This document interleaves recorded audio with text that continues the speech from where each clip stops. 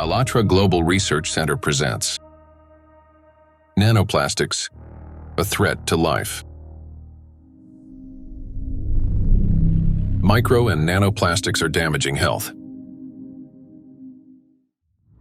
Neurological disorders are the leading cause of physical and cognitive disability worldwide, affecting almost 3.5 billion people.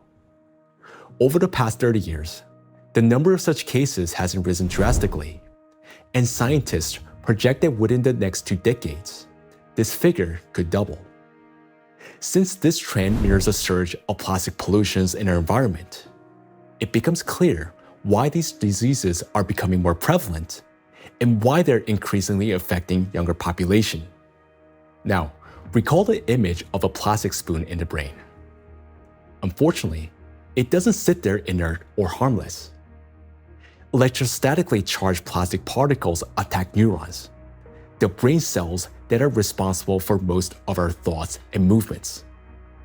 Every day and every minute, nanoplastics are silently destroying cells in our brains, and the exposure to these tiny plastics, they never stop. In fact, it continues to accelerate. Consequently, the damage of our neurons lead to severe and often irreversible diseases like Alzheimer's and Parkinson's, multiple sclerosis, epilepsy, stroke, and many others. But neurons are not limited to the brain. They form an extensive network that coordinates and synchronizes the activity of the entire body. And when they're damaged, the autonomic nervous system begins to malfunction, disrupting the function of internal organs. For example, the intestines contain about 500 million neurons, often referred to as a second brain. This vast network plays a vital role in digestion, immunity, and even emotional regulation. But with every sip of water and every meal, an invisible stream of micro nanoplastics enters our bodies. And unfortunately, most of these particles settle and accumulate in the intestines. Micro and nanoplastics destroy intestinal barriers. The intestine is not just a digestive organ. About 70% of the cells in our immune system are concentrated there, which means its condition directly affects the protection of the entire body. The intestinal barrier works like a filter. It allows useful substances, vitamins, nutrients, to pass through and blocks harmful ones, toxins, microbes, and foreign particles. But this entire well-coordinated system is destroyed by electrostatically charged micro and nanoplastics. It damages the cells lining the intestinal walls and weakens the tight junctions between them, making the intestinal barrier more permeable. Microbes, toxins, and plastic particles begin to penetrate the bloodstream from the intestine. In response, the immune system triggers inflammation. The intestine is also the body's second brain. Its walls contain about 500 million neurons that are directly connected to the central nervous system. This connection is called the gut-brain axis. The gut and the brain are connected through the vagus nerve. It is like a direct phone line through which they constantly exchange messages. The brain gives commands to the intestines on what to do, and the intestine informs the brain about their condition. A key role in this communication is played by the microbiota, 100 trillion beneficial bacteria. They produce substances capable of both calming and irritating the nerve endings in the intestinal wall, including those of the vagus nerve. Charged micro and nanoplastics disrupt the balance of gut microbiota. Beneficial microorganisms die, while pathogenic ones begin to multiply actively. When this happens, the communication between the gut and the brain becomes distorted. When nanoplastics enter the intestine, it triggers a vicious cycle of destruction. The damage that begins in the intestine leads to systemic malfunctions throughout the body. The digestive, immune, nervous, and endocrine systems all suffer.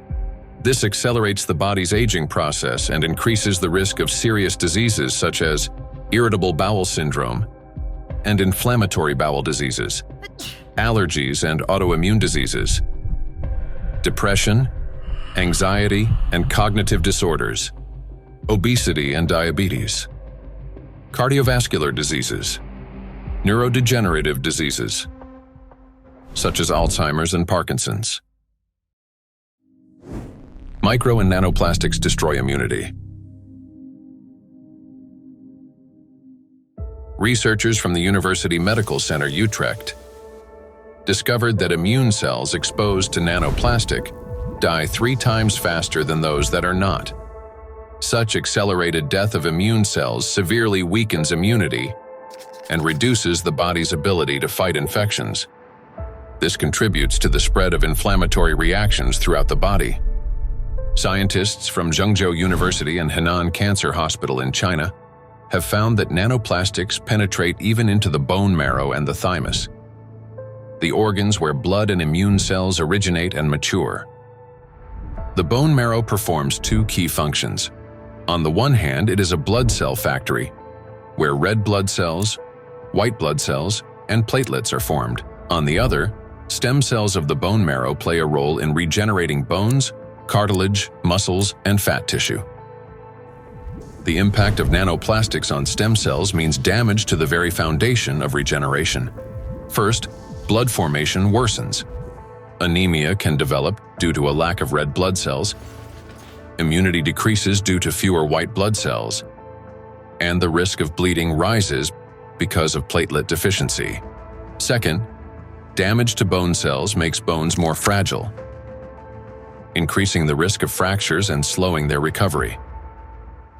Nanoplastics not only destroy the immune system, but through its electrostatic charge, they also create conditions for the reproduction and resilience of pathogens. A study from the University of Illinois showed that positively charged nanoplastic particles increase physiological stress in gut bacteria such as E. coli, making them more pathogenic. The electrostatic charge plays the decisive role here. It is what increases the pathogenicity of microorganisms. At the same time, nanoplastic particles without electrostatic charge did not cause physiological stress in bacteria, and their danger to humans did not increase.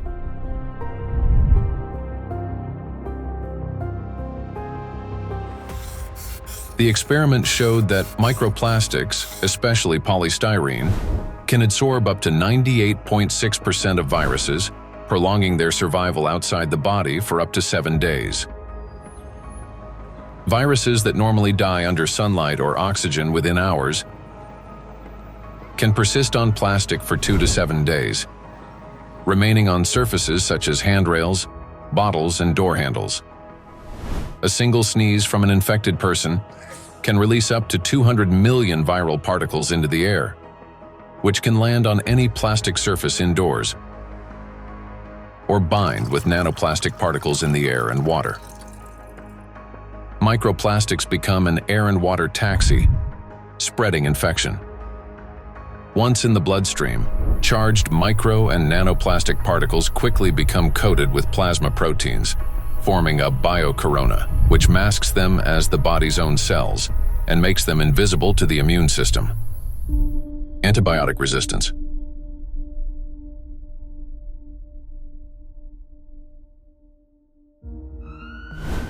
In 2019, antimicrobial resistance was directly responsible for more than 1 million deaths, with nearly 5 million additional deaths linked to related complications. Studies in 2025 show that plastic helps bacteria develop resistance to antibiotics, driving a crisis that medicine is increasingly unable to control. Why? Because plastic is the perfect platform for bacterial growth.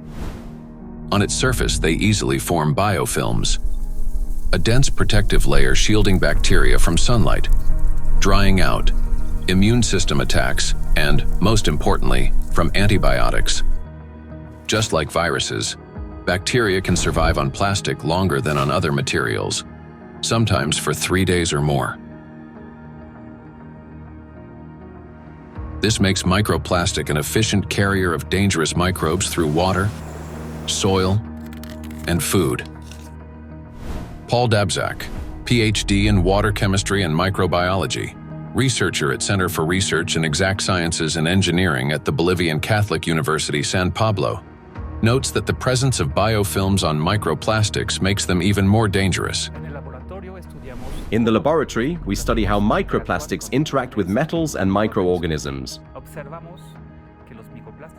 We observe that microplastics can absorb metals through both physical and chemical sorption processes, and that this ability increases in the presence of bacterial biofilms that develop on the surface of the particles. These interactions depend on the type of plastic and the size of the particles, which alters their electrostatic charges. This causes microplastics to act like a magnet, attracting even more contaminants to their surfaces. In laboratory conditions, researchers from Boston University found that when bacteria come into contact with microplastic, they activate a special metabolic process linked to electron transfer. Simply put, plastic particles can share electrons with bacteria, acting as a kind of power bank for them. This process is called extracellular electron transfer. It gives bacteria extra energy, which first of all, makes them stronger, helps them divide faster, mutate, and build resilient multi-layered biofilms that block antibiotics from penetrating. Secondly, this extra energy directly accelerates antibiotic resistance. What's worse, even after plastic was removed from the experiment, bacteria retained their new properties. They mutated, became more resistant, and continued forming strong biofilms on other surfaces, even without plastic support. This means plastics may accelerate the rise and spread of the so-called superbacteria that are resistant to drug treatment.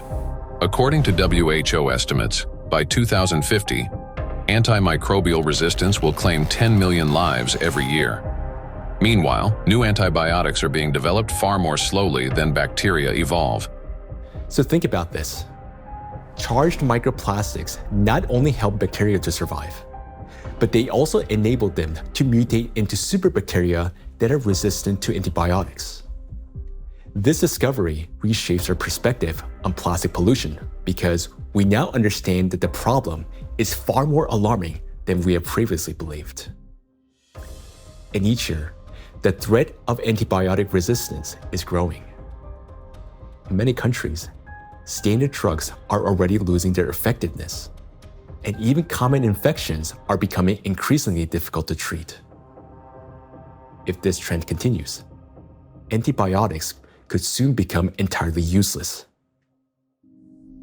Micro and nanoplastics affect the respiratory system. The inhalation pathway of micro and nanoplastics is especially dangerous because plastic particles carrying an electrostatic charge can reach not only the lungs, but also travel directly into the brain through the olfactory pathway. Chinese researchers have estimated that in just 2 hours outdoors, an adult can inhale up to 106,000 microplastic particles, and a child about 73,000. Given the lower body mass of children, the concentration of inhaled microplastics per kilogram is on average 4 times higher in children than in adults.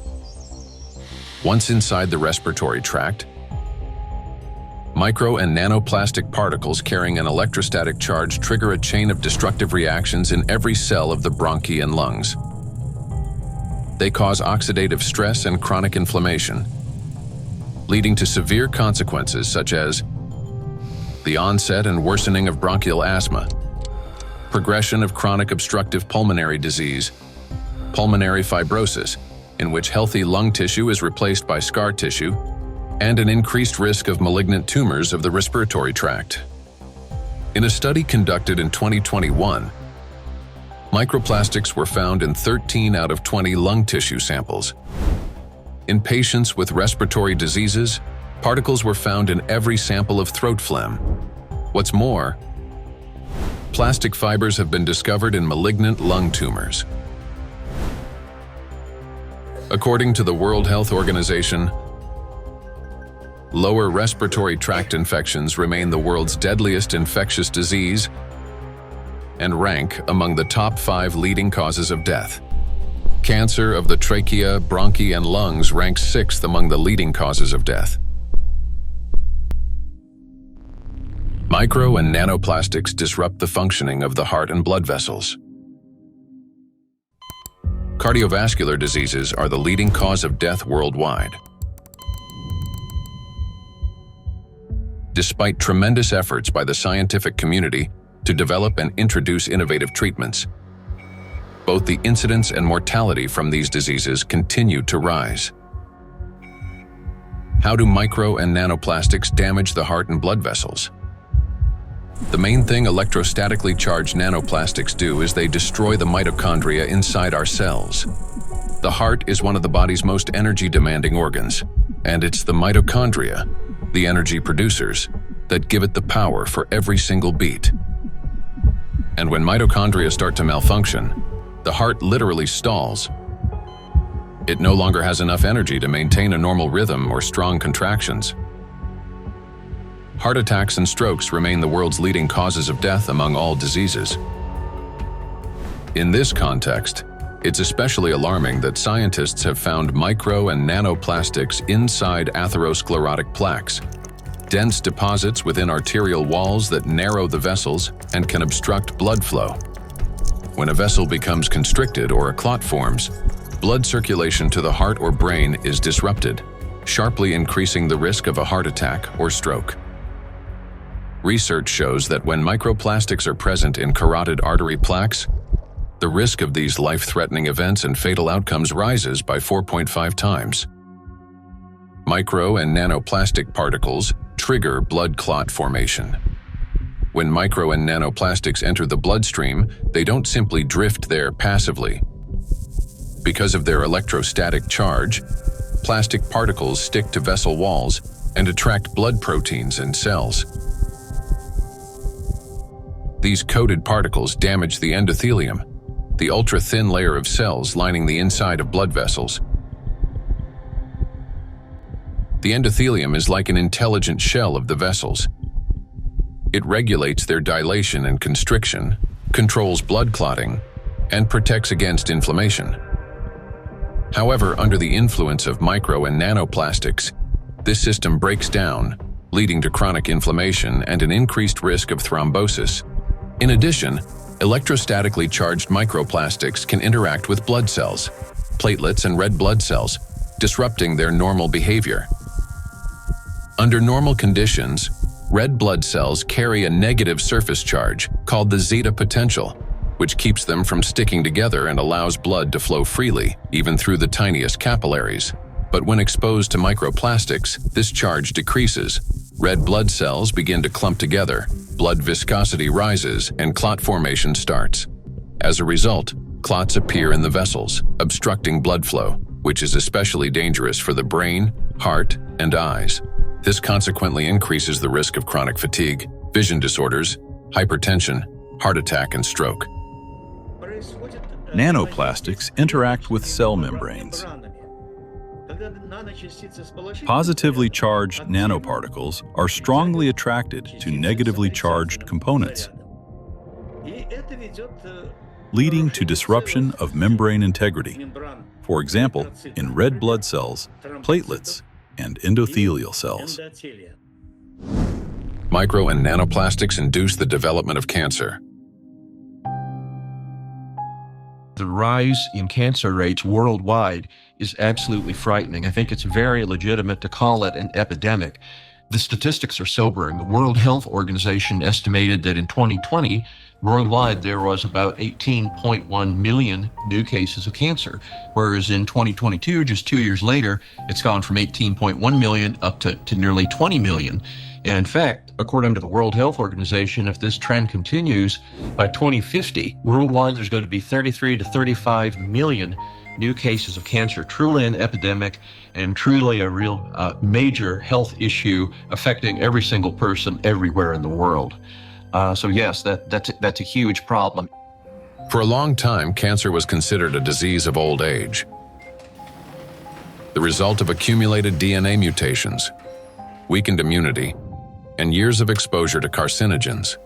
But today, because of nanoplastic exposure, mutations can begin to build up in the body at much earlier stages of life. There's an increased rate of cancer worldwide in children and also in people much younger than I used to see. So what's going on now is that we're having a rise in people getting cancer, children, young adults, and it's probably not due to smoking or alcohol or anything.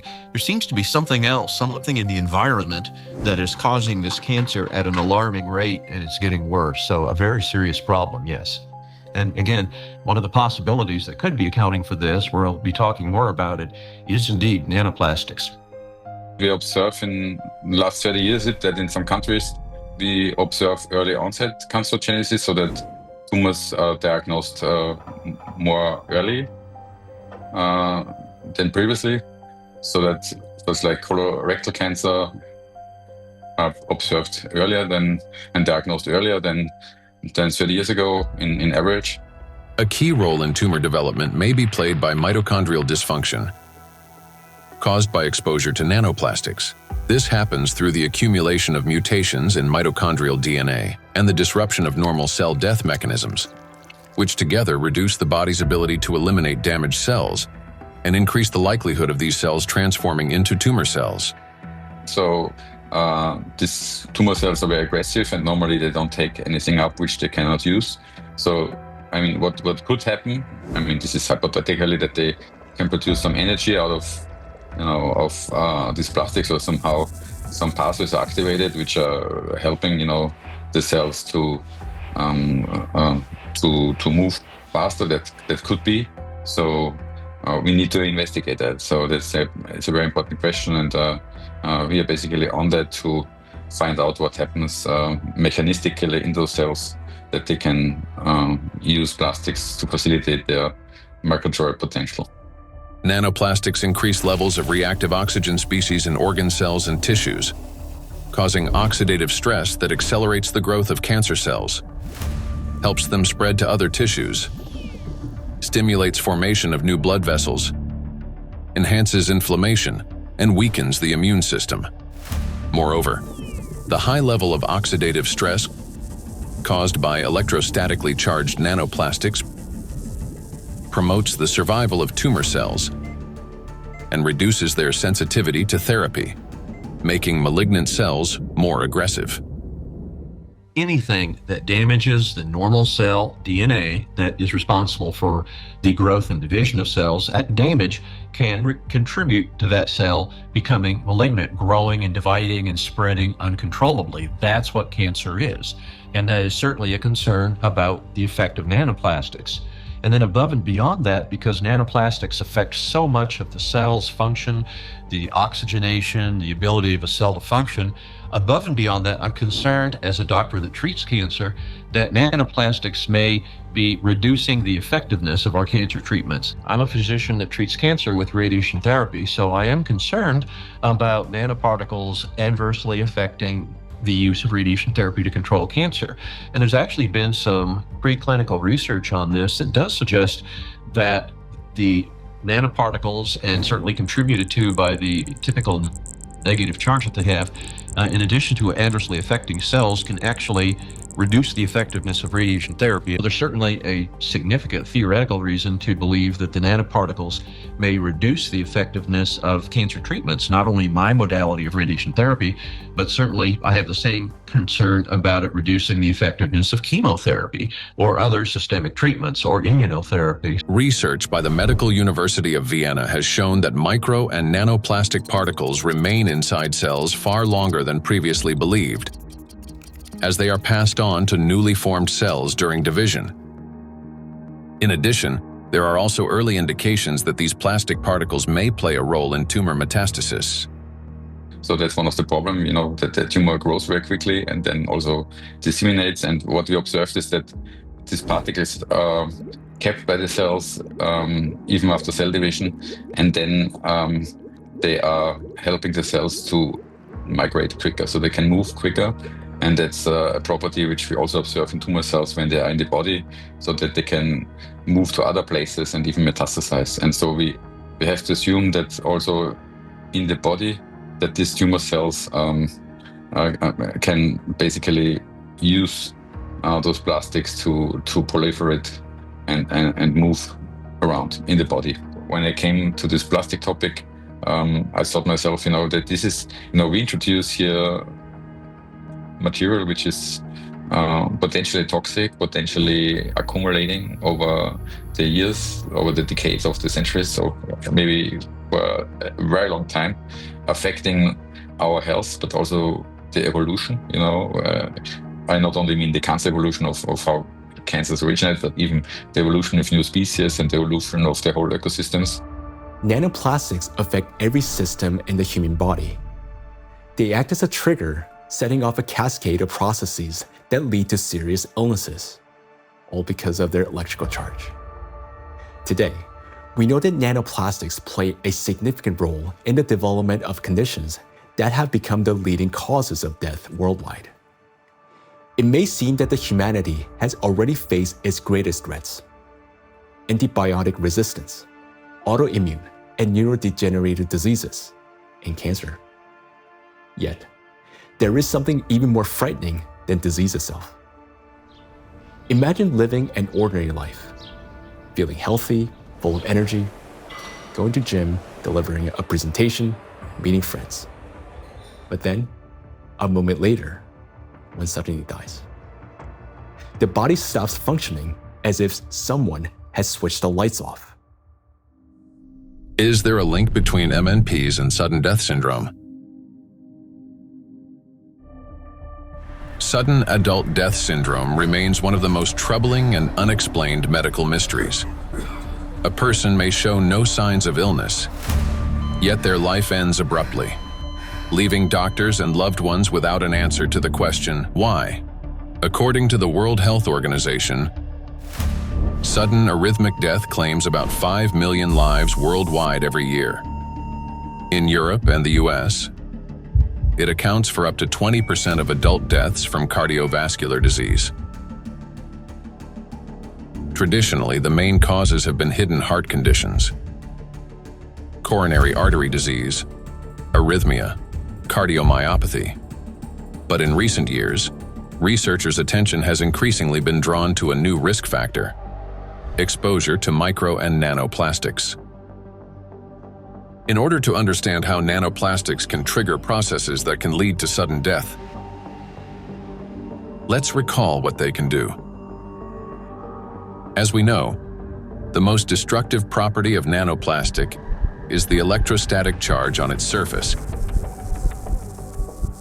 which allows these particles to interfere with the transmission of electrical impulses between cells and distort the signals that coordinate the function of organs and the body as a whole. And because this same electrostatic charge can also disrupt mitochondrial function in every cell, leading to energy deficiency, inflammation, and ultimately cell death, the greatest danger arises in the most energy-consuming organs, the brain and the heart, where such disruptions can trigger sudden death syndrome.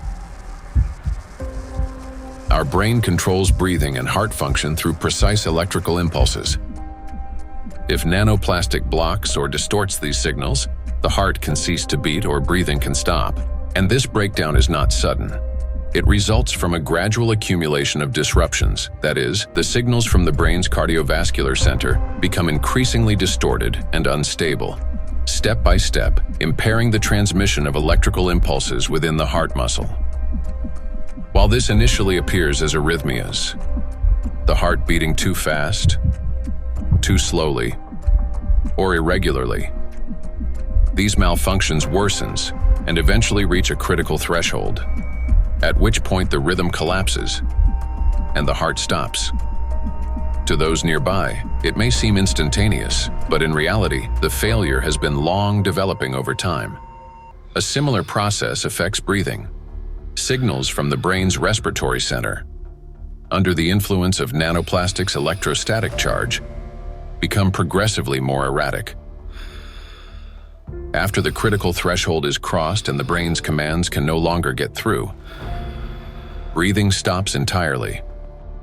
In other words, sudden death is the final outcome of a gradual dysregulation of the heart and breathing, a process that silently progresses until it crosses a point of no return. And while we go about our daily routines making plans for the future, nanoplastics continue to damage our bodies cell by cell, day after day. It is terrifying to realize how severely nanoplastics affect the human body. Even more disturbing is the fact that we cannot control our exposure to them. Nanoplastics enter our bodies constantly through the air we breathe, the water we drink, and the food we eat. This has already become our everyday reality. Today, we know that nanoplastics can disrupt the control centers in our brains for breathing and heartbeat, causing arrhythmias, bronchospasm, and pulmonary edema, which can result in sudden death. Yet, what's more alarming is how little we still know. Research on nanoplastics has only just begun, and we're only starting to grasp the true scale of this threat. But make no mistake, everything you have heard so far isn't science fiction. These are actual biological mechanisms triggered by electrostatically charged nanoplastics.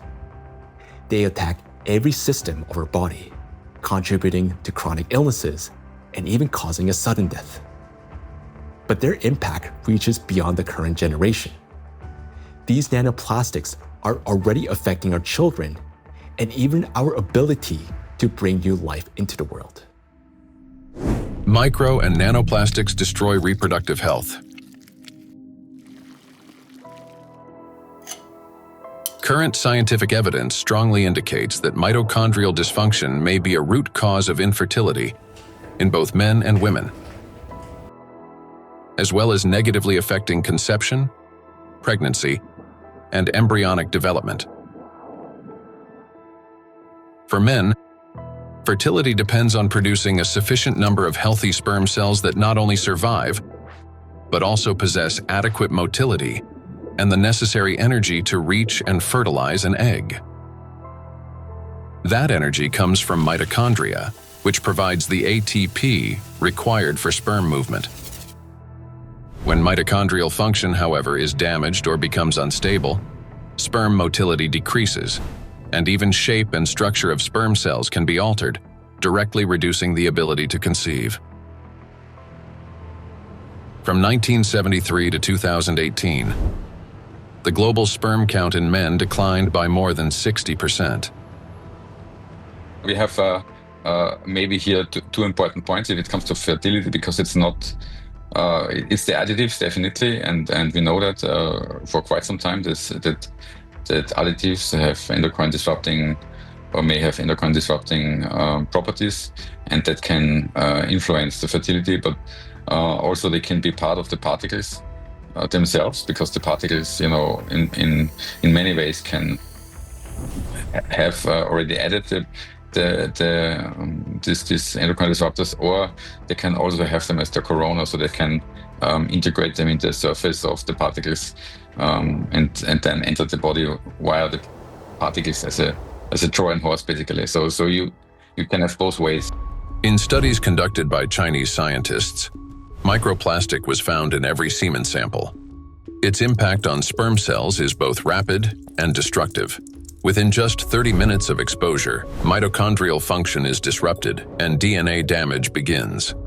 This reduces sperm viability and makes conception nearly impossible.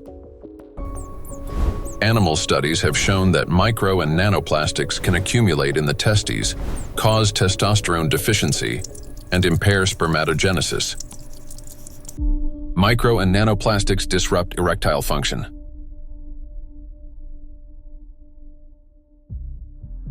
Insufficient testosterone production can lead to infertility, reduced libido, erectile dysfunction, and in adolescence, delayed sexual development.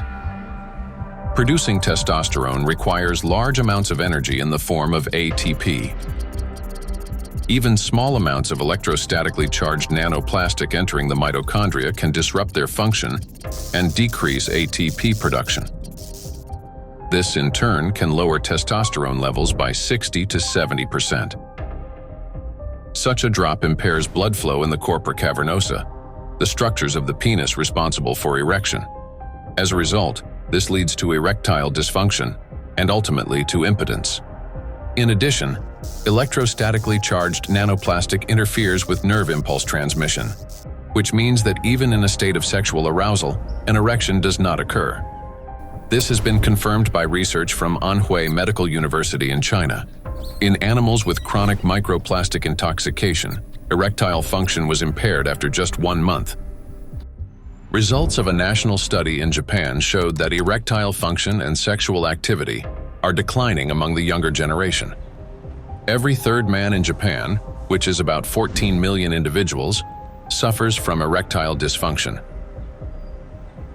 Moreover, young Japanese men, particularly those aged 20 to 24, exhibited decreased sexual desire, weak erections, difficulty reaching orgasm, and low levels of sexual satisfaction.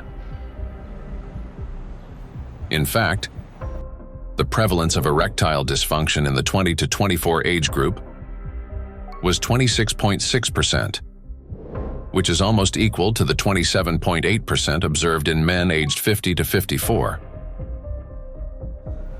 This alarming trend is not confined to Japan only. Global research confirms that symptoms of erectile dysfunction affect up to 75% of men worldwide, showing that this condition is widespread and can impact men of any age in any region. In 1995, more than 152 million men worldwide suffered from erectile dysfunction. According to scientists' estimates, within 30 years, this number will approximately double. So think about it. If just one signal fails, the movement will not occur, a thought will not form, and an emotion will not arise. The same is true even for the most intimate aspect of human life. Everything depends on the precise coordination between neural and vascular connections. And it is this delicate connection that charged nanoplastics disrupt. Erectile dysfunction is no longer a rare condition. It has become a widespread reality, with symptoms now observed in 75% of men worldwide. Imagine jumping with a parachute that has 75% chance of not opening. Would you take that leap? That's how most of men feel today. The situation with female fertility is no less alarming. A 2025 study revealed the presence of microplastic particles in the follicular fluid of ovaries in 14 out of 18 women, with an average of more than 2,000 particles per milliliter. These data indicate that micro and nanoplastic particles can cross the blood follicle barrier. After entering the ovaries, micro and nanoplastic particles affect the egg cell and disrupt key mechanisms essential to the health of the female reproductive system. One of the most critical of these mechanisms is mitochondrial function. Each egg cell contains between 100,000 and 600,000 mitochondria, and the energy they produce is vital at every stage, from egg cell formation and maturation to fertilization, and the subsequent growth and development of embryonic tissues. Mitochondrial dysfunction caused by exposure to nanoplastics can impair egg cell maturation, reduce the likelihood of successful fertilization, and even lead to developmental arrest of the embryo. Accumulation of nanoplastics in reproductive organs can be one of the main causes of infertility. According to the World Health Organization, today, about 17.5% of adults, that is, about 1 in 6 people in the world, face infertility. Given the global spread of plastic pollution, Professor of Environmental Medicine and Reproductive Health, Dr. Shanna Swan predicts that by 2045, the world's population may become completely infertile. Micro and nanoplastics affect the emergence of life. During pregnancy, a woman's body creates ideal conditions for the growth and protection of the fetus. However, even the placenta, the body's primary barrier between mother and child, cannot stop plastic nanoparticles from crossing through. A research team led by Antonio Ragusa made a landmark discovery when they detected microplastic particles in the human placenta for the first time. Their findings showed that plastic can penetrate a place where no artificial material had ever been found before, the very environment where new life begins. I was in a wonderful place in Italy, in Sardinia, a place called Piscinas, in Sulcis, in the southwest of Sardinia, where the old mining areas are. It's a very remote, beautiful spot where there's nothing around for 6 or 7 kilometers. While I was walking, I suddenly saw these bright, colorful, sparkling things on the beach. I asked my wife, "What is this?" She looked at me a little puzzled and said, "Well, it's plastic." I said, "Plastic? How could plastic get here when there's nothing for 7 or 8 kilometers in any direction?" She looked at me again, with an expression that made it clear how little I understood, and said, "It comes from the sea, of course." And that's when something clicked in my mind. If plastic can spread through the ocean and end up in such untouched places, then it could also reach the inside of the womb, and so inside the bodies of babies. Naturally, from that intuition, I started pursuing this line of research. I'm a gynecologist. I help deliver babies. So I knew about plastics as much as everyone else, until a certain point. But I began reading and studying, and I reached out to some scientists who worked with microscopes.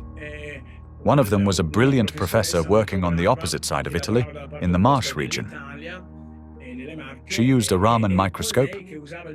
A Raman microscope allows you to examine tissues and determine whether they have plastics inside them.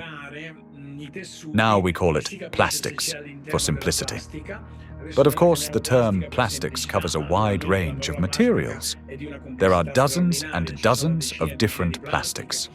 Let's say they are tiny pieces, polymers, that is, infinitely repeated tiny pieces of certain materials that we use every day, throughout the day. So we sent placentas to this professor, and she did an excellent job. She was able to locate and identify plastics inside placentas for the first time. The article we published in 2021 caused a bit of a scandal because the idea of plastics inside the placenta, inside our babies, was shocking to people. Because the plastic we find in the oceans is the same plastic we ultimately find in children. Micro and nanoplastics affect a child in the womb. Plastic triggers inflammation and disrupts blood flow in the placenta. This means the fetus receives less oxygen and fewer nutrients, increasing the risk of intrauterine growth restriction, hypoxia, and preterm birth. The more plastic there is in the placenta, the more likely it is that babies, unfortunately, are born prematurely. And these babies also tend to be smaller compared to those with lower levels of plastic exposure. We have to recognize that premature birth is the main problem facing humans today. In Italy, it's about 7%. In the United States, where the healthcare system is clearly less effective than Italy's, 12% of babies are born prematurely. So, in this sense, an increase in this number would mean an even greater burden for humanity, biologically, for families, and for everyone involved, and of course, economically, for those who care about costs. We know that these particles can be taken up by these particles going through the placenta and then being found in the embryo, and therefore indicating that already in very early life we have an exposure also to the embryo. The electrostatic charge carried by nanoplastics is especially dangerous in embryonic tissues, where even minor disruptions can lead to developmental abnormalities. In other words, nanoplastics begin harming the child's body even at the very earliest stages of its formation. Over the past 2 decades, physicians have documented an alarming increase in congenital birth defects. For instance, Chinese researchers have found that in China, the rate of such defects has nearly tripled. Similar trends have been observed in other countries.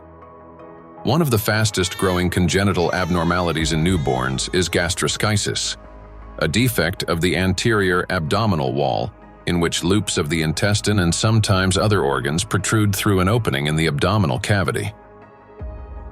The prevalence of this defect has increased over the past 3 decades.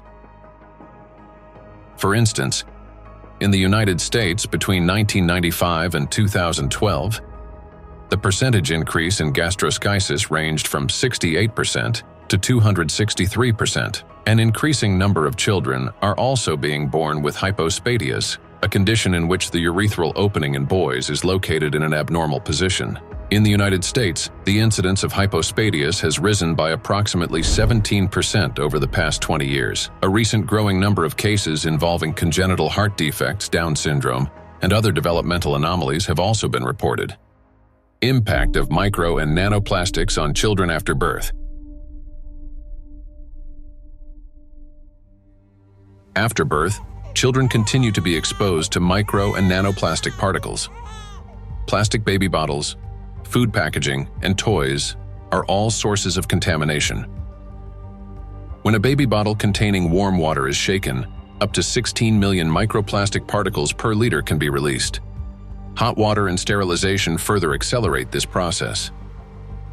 As a result, infants are exposed daily to millions of microplastic particles and trillions of nanoplastics.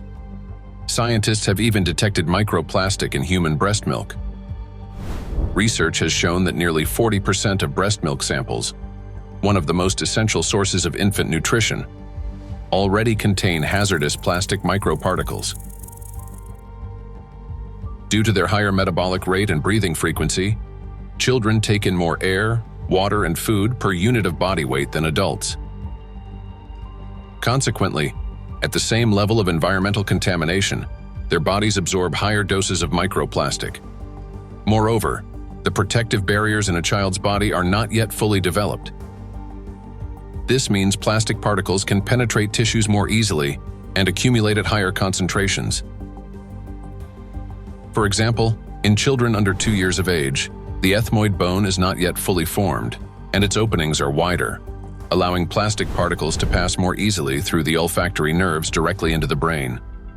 Plastic is an infiltrator, and it's mainly children who are affected by it. In our scientific article that drew a lot of attention and was widely cited, we called them cyborg babies, meaning babies who are made of organic material, but also inorganic material like plastic.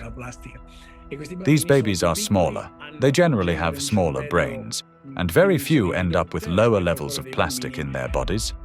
They're not completely free of it, since plastic is everywhere, but with lower levels of plastic. Because of the electrostatic charge of micro and nanoplastic particles, as well as the presence of bisphenols and phthalates, the endocrine and reproductive systems of children are particularly vulnerable. These substances interfere with the formation and development of the reproductive organs, potentially leading to infertility later in life. Given scientific projections that by 2045 humanity could face widespread infertility, children born after 2020 may have a high likelihood of being unable to conceive their own offspring. I have 2 little daughters, and for me personally, everything we have just heard is terrifying.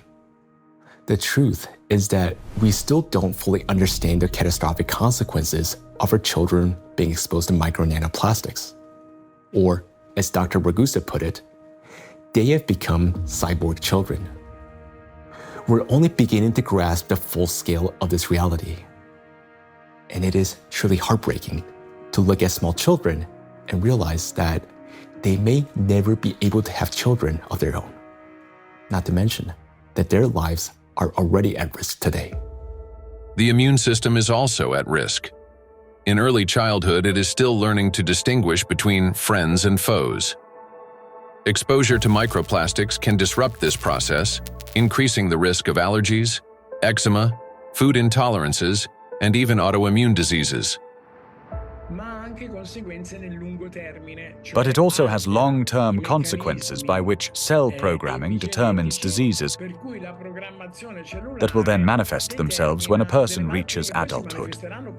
That is, at 40 or 50 years of age. And these are diseases that are currently overwhelming, if not outright damaging, our world. They're the so-called non-communicable diseases: obesity, hypertension, diabetes, and metabolic syndrome. A child's brain is especially vulnerable in the first years of life. a critical period of rapid nervous system development when neurons are formed and complex neural connections are established.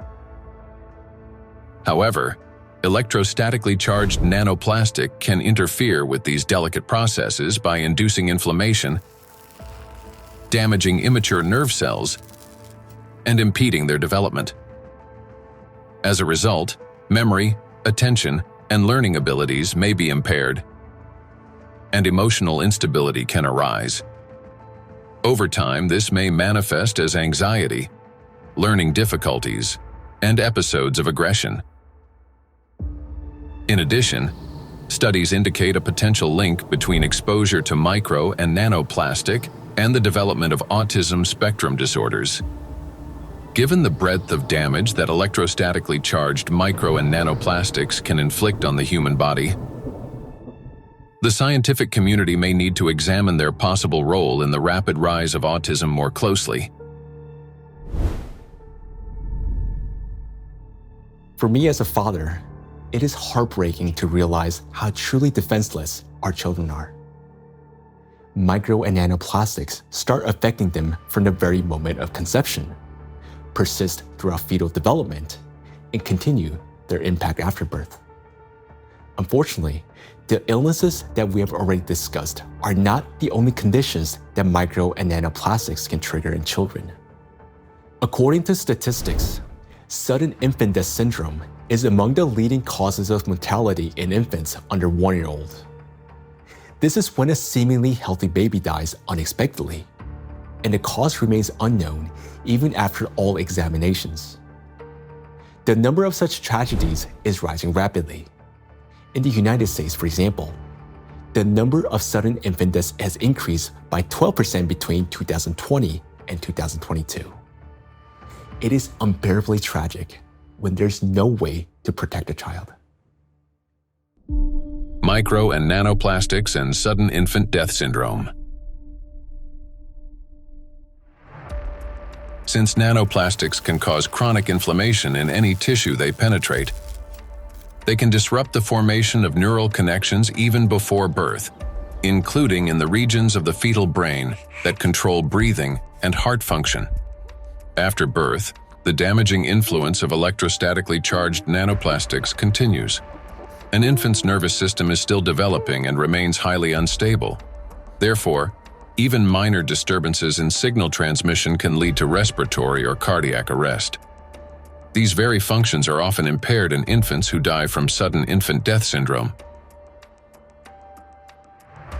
Moreover, when micro and nanoplastics damage mitochondria, the affected cells begin producing less energy. To compensate for this deficit, they increase the number of copies of mitochondrial DNA and expand their population of mitochondria. Studies have shown that children who died from sudden infant death syndrome had a significantly higher number of mitochondrial DNA copies in their cerebral cortex compared with control groups, suggesting that this number may serve as a biomarker in cases of sudden infant death syndrome. Thus, exposure to micro and nanoplastics may be a key factor in the development of sudden infant death syndrome, as well as in a range of pathologies that contribute to premature infant mortality. We are unable to protect ourselves, and worst of all, our children from the effects of micro and nanoplastics. While modern diagnostic equipment capable of accurately identifying the true causes of disease and death is still not available everywhere, we can say with high degree of confidence that nanoplastics contribute to the development of many illnesses and may accelerate their progression. In those rare cases where detailed postmortem examinations were conducted, researchers have found significant amounts of micro-nanoplastic particles precisely in the affected organs and tissues. For example, in brain tissues, atherosclerotic plaques, malignant tumors, and other pathological formations. But despite millions of deaths every year, such investigations into the presence of these plastic particles are carried out only in isolated cases. There are two main reasons for this. First, many laboratories simply lack the equipment required to reliably detect micro and nanoplastics. Second, doctors and researchers, they rarely consider the possibility that these particles could potentially influence the development or outcome of the disease. Consequently, medical reports continue to list familiar diagnoses, although behind them may lie an overlooked factor: the impact of micro and nanoplastics on the human body. I understand that hearing this part of our investigation may have been very difficult. It was for me as well, believe me. But the impact of micro nanoplastics on all of us is not something we can continue to ignore. This is a crisis already underway, one that remained unnoticed for so long because the threat has been working silently within. Every day, and I'm not talking about every year or every month, but every single day, the amount of micro and nanoplastics around us continues to increase. Large plastic waste constantly breaks down into smaller particles, and these particles eventually enter our bodies through the food we eat, the water we drink, and the air we breathe. This means that with every meal, every sip of water, and every breath, huge quantities of nanoplastics enter our bodies and begin their destructive work. Their harmful effects on our cells grow in direct proportion to their concentration. And this is a scientific fact. What's even more alarming is that today, there is already so much micro nanoplastics accumulated in the ocean that it will be enough to destroy the entire biosphere, including humans, at least 3 times over. When we hear about threats of such magnitude, our instinct is to run away from them. And I understand that. It may feel like the only logical response is to eliminate plastic from our lives completely, or better yet, to take our family and move to some pristine corner of our planet. But would that really solve the problem? In fact, where could we possibly go to escape micro and nanoplastics? Finding solutions.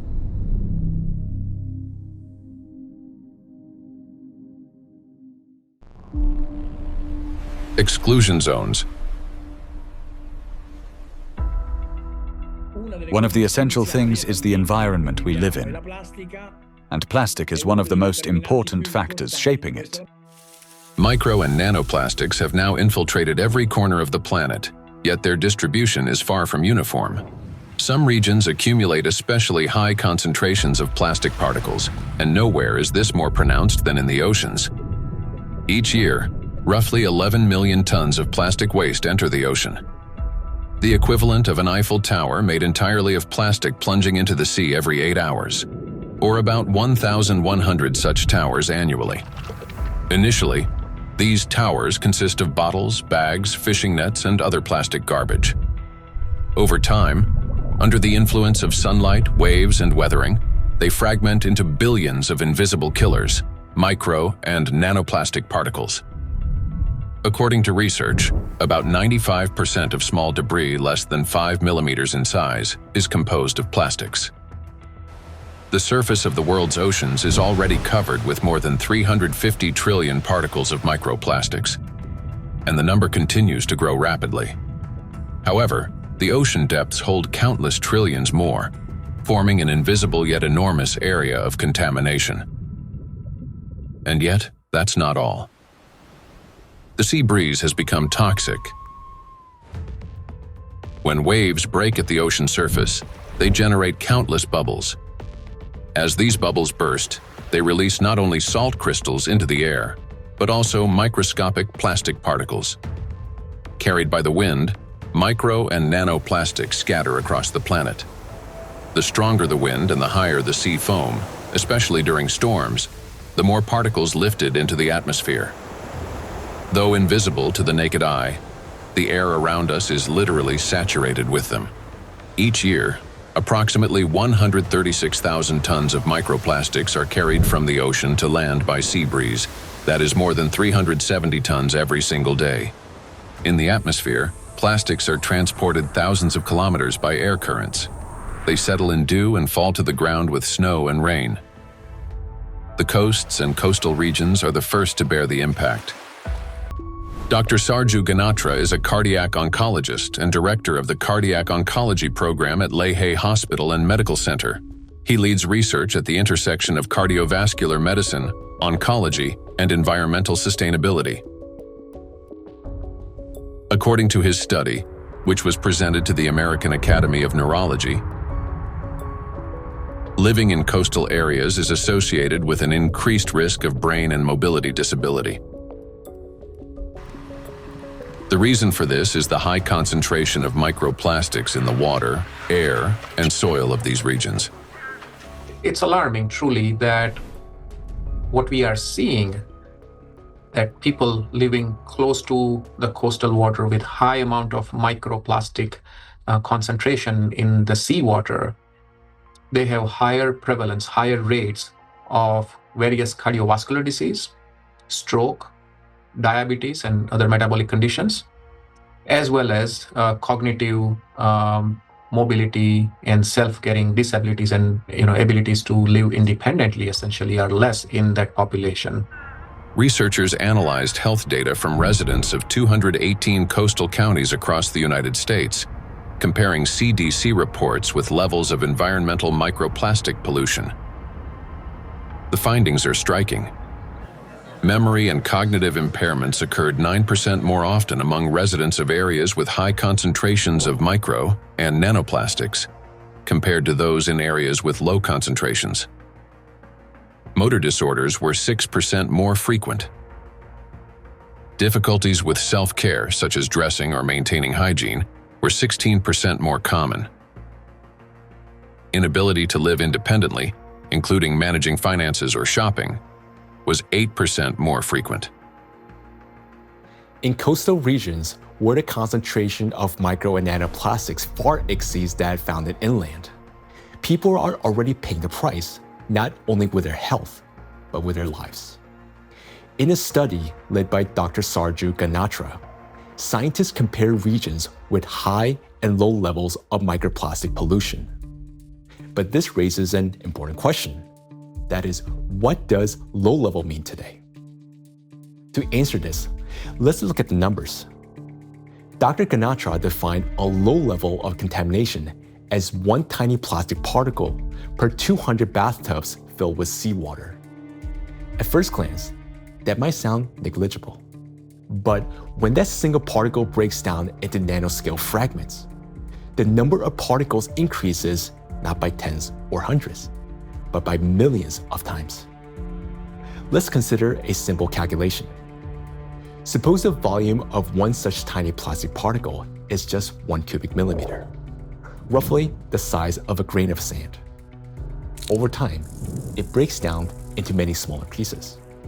Now, if we assume that this single microparticle disintegrates into fragments about 100 nanometers in diameter, that would generate about 1 trillion particles.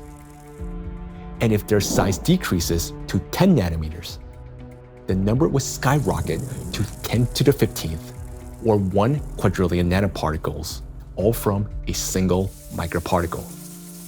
So what does this mean in practice? It means that even one glass of such clean water, which hardly exists anymore, would potentially contain about 5 million nanoplastic particles. And for the human body, after drinking just one glass, at least 5 million cells will be put at risk. So can this so-called low level of contamination truly be considered safe?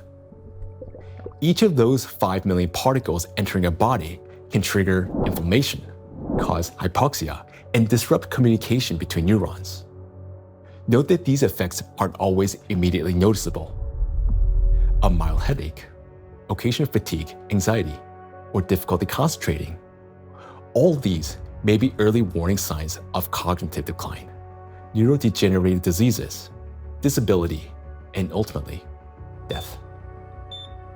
These symptoms are particularly evident among people who live or spend significant time near the coastal regions. And the decline in their health is an early warning sign, a reflection of a much larger crisis unfolding across the world. Do you remember Professor Gundogdu, saying that the coastal countries of the Mediterranean don't have an adequate waste management system. Well, according to research, the concentration of microplastics in this region is about 4 times greater than North Pacific Ocean, where, by the way, the Great Pacific Garbage Patch is located. And in addition to 5 already known invisible garbage patches, researchers have identified a 6th garbage patch hidden in the Mediterranean Sea. It's called invisible because it consists mostly of microplastics. And unlike other oceanic garbage patches, which are at least far away from the densely populated coastline, this one is surrounded by 21 countries. It's a home to nearly 500 million people. We can say that this is the most dangerous garbage patch of the planet, because here, the plastic has already broken down into small sizes that are dangerous for life. Everyone living in the Mediterranean is constantly breathing air with an extremely high concentration of micro-nanoplastics. This is an extremely dangerous zone that should have been long ago been designated as an exclusion zone. Now, recall the battery example and imagine how many charged particles are present and how much energy is concentrated there. That's why the Mediterranean Sea is warming faster than the rest of the world's oceans. This is very serious because Mediterranean plays a key role in shaping the climate of Europe and the Mediterranean countries. It affects the weather patterns, rainfall distribution, and even the ecosystems of the entire region. It is precisely this extreme warming here, driven by micro and nanoplastics, that is intensifying the climate anomalies, extreme weather events, and even natural disasters throughout the Mediterranean. Meanwhile, the amount of micro and nanoplastics continue to rise with every passing minute. And what worries me personally is that people do not know this and continue traveling to these regions, often with their children, thinking that they're going there to rest and recharge, when in reality, they're entering a zone of extreme danger.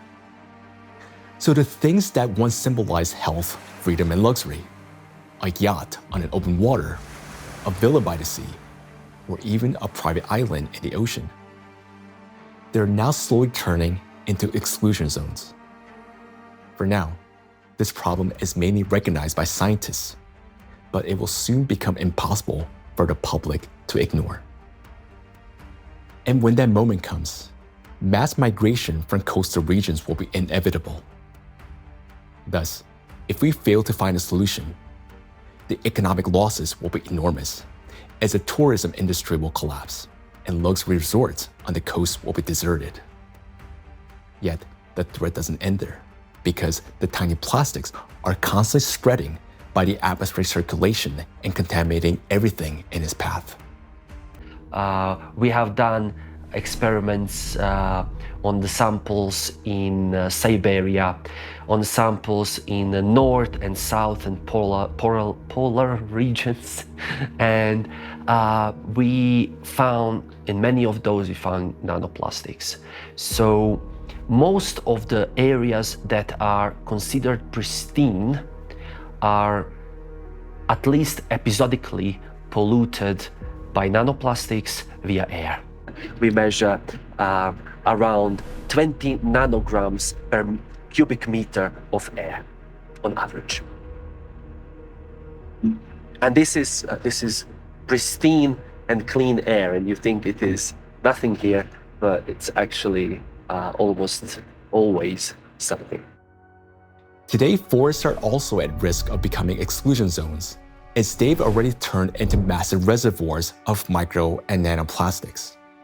I understand that our instinct, especially as parents, is to search for cleaner and safer places like coastlines and forests where the air feels fresher. But the paradox is that these very places have already become some of the most dangerous environments for human life. Let me give you an example. In a large city, an adult may inhale up to 106,000 microplastic particles during a 2-hour walk. Yet, in areas near the bodies of water, that number far exceeds that, and those 2 hours may be enough to trigger a cascade of diseases, whereas for some individual, a fatal outcome. It is important to understand that when a single micro or nanoplastic particles enters a cell, it destroys more than just that one cell. After the cell dies, the plastic particle is not eliminated from the body. It continues to move throughout the body, damaging other cells and triggering a chain reaction of destruction. This process is endless because plastics, as we know, can recharge and retain electric charge. The more microplastics enter a body, the faster this destruction spreads cell after cell, organ after organ. And time becomes critical here because our body has limited resources to fight this damage, while nanoplastics, they're not expelled. Instead, they continue to accumulate in ever-increasing quantities, destroying us from within. Nanoplastics are perfect killers not only of humans, but of the entire biosphere, and it's impossible to hide from them anywhere. They're literally pushing us out of the world we once knew. Micro nanoplastics are already affecting our planet as well as the climate. And moreover, they're intensifying already devastating natural disasters and contributing to the worsening geodynamic crisis. Climate and plastic in a single cycle of destruction. The world ocean is the largest system of our planet. It regulates climate and serves as the main source of oxygen. The ocean and the atmosphere form a single, interconnected climate system. Water has a remarkable ability to absorb and store immense amounts of heat, increasing its temperature only gradually. The accumulated heat is then evenly redistributed across the planet and transferred to the atmosphere. This property of the ocean to efficiently dissipate heat from the Earth's interior protects the planet from extreme temperature swings and helps stabilize the climate. But massive contamination of the oceans with micro and nanoplastics is disrupting this finely tuned mechanism. Electrostatically charged plastic particles bind water molecules, forming hydrate shells around themselves. This alters the physical and chemical properties of ocean waters. This has already reduced its thermal conductivity and created pockets of overheated zones where heat can no longer dissipate. Consequently, overall ocean warming is accelerating. This topic is explored in greater detail in the documentary Anthropogenic Factor in the Ocean's Demise. Excessive ocean heating, in turn, increases evaporation and disrupts atmospheric circulation. As a result, both the temperature and humidity of the atmosphere rise. Electrostatically charged nanoplastic particles act as condensation nuclei, causing moisture droplets to freeze at lower altitudes and at higher temperatures, 4 to 10 degrees Celsius. This accelerates cloud formation and contributes to abnormal weather events, large hail, extreme downpours, and disruptions of the hydrological cycle. Charged plastic particles are already influencing weather formation, affecting flight safety, cloud development, and even where and how the precipitation occurs. In other words, microplastic has already become a driver of climate instability. We know what particles doing in the air, they produce clouds. If we have a particle in the air, the water vapor sits on these particles and forming clouds. So therefore, we want to understand how much nanoparticles influence the formation of clouds. And therefore, of course, in the alpine region, it can trigger the cloud formation and so also thunderstorm or extreme weather events. When you have a big storm event, many micro and nanoplastics get released from the environment when they have been trapped in the soil, in the riverbeds, on their surfaces and things like that, and get mobilized in the air. So then after storm, you have even more pollution. This process sustains itself, creating a feedback loop. Ocean warming increases water evaporation. Even more nanoplastic rises into the air with the vapor, and even more energy accumulates in the atmosphere, further heating the ocean.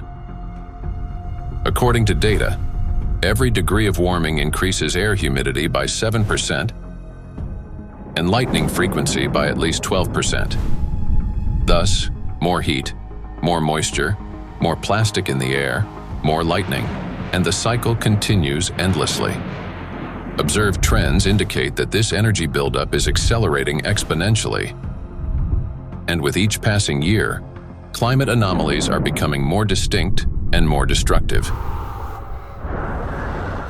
We are seeing the hottest summer in Europe after having a record-breaking summer last year. Similarly, here in the northeast of US, we are seeing record-breaking temperature. Every year for last 2-3 years, we are saying, oh, this is the hottest day. And then the next year comes and there is a new hottest day.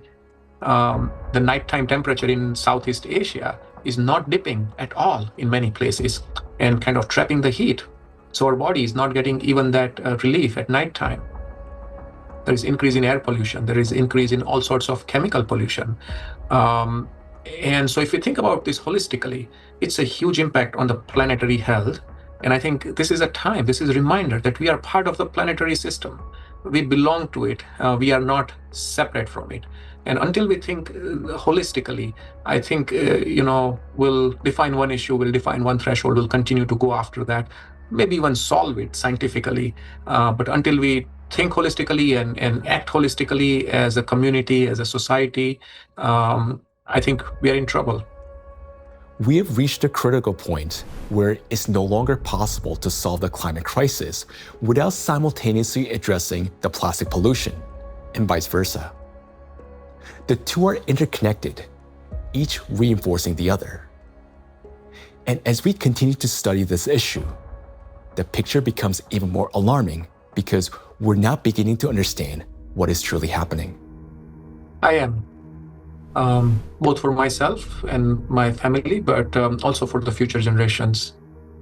There was a time where I thought that, the climate change is real, of course, but this is for future generations to be affected by, and I was still equally concerned.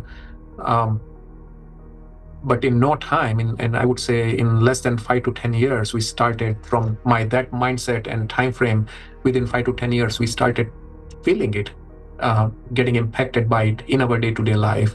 And so it's more concerning than ever before. And the timeline, which was predicted previously, has shortened exponentially.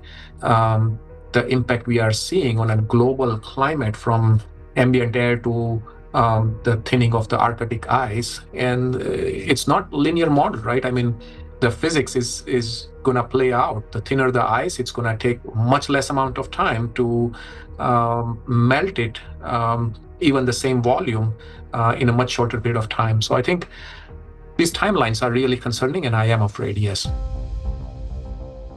Indeed, many signs indicate that our planet's energy balance has been disrupted, and natural processes are intensifying exponentially. Consequently, we may have less and less time to respond, and nanoplastics are playing a key role in this acceleration.